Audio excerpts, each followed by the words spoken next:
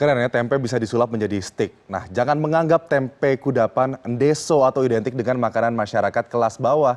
Karena di luar negeri, tempe dikenal sebagai the magic food atau makanan ajaib karena manfaatnya. Bahkan harga satu balok tempe ini bisa mencapai ratusan ribu rupiah. Korespondensi CNN Indonesia Ruli Kurniawan akan kembali mengajak Anda melihat peredaran tempe di dunia dan orang yang berjasa di baliknya. Rustono si Raja Tempe.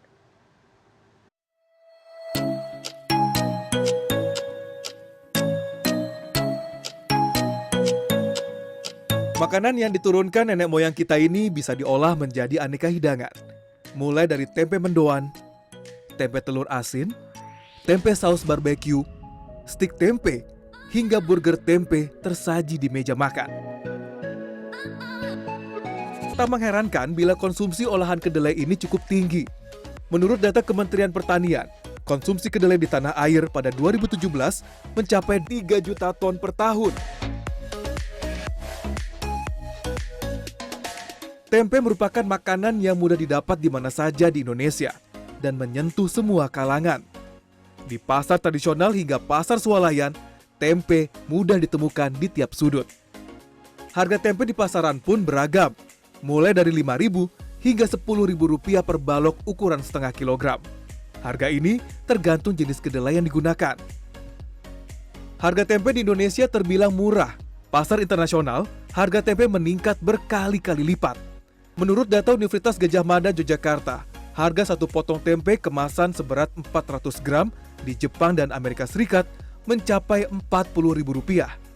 Sementara di wilayah Jerman dan Swiss dihargai Rp30.000. Di Prancis dan Inggris, harga tempe bisa mencapai Rp120 hingga Rp140.000 per potong. Dan yang termahal adalah di Australia, Rp150.000.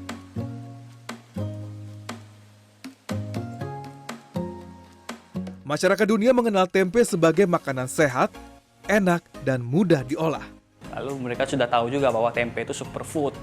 Kalau tempe di negara mereka mahal sekali harganya, tapi kalau di Indonesia murah dan mereka bisa mendapat tempe yang enak banget di sini dengan olahan yang luar biasa kreatif seperti itu.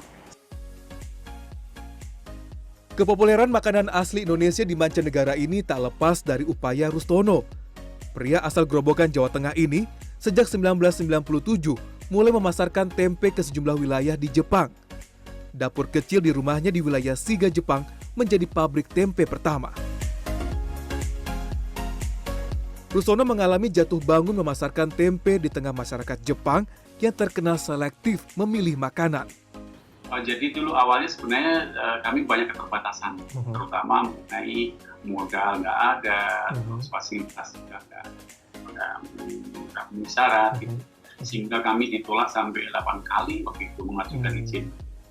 Ditolak, terus dia kasih alasannya apa? Oke, kan kami lengkapi, terus tolak lagi, dia kasih alasan apa? Misalnya kayak saus atau tempat cuci yang standar segala macam seperti itu.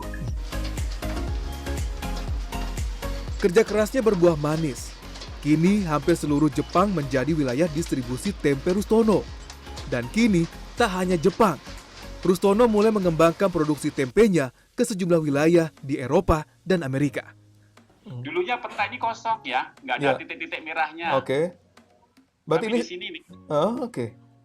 Kami di sini nih, di sini.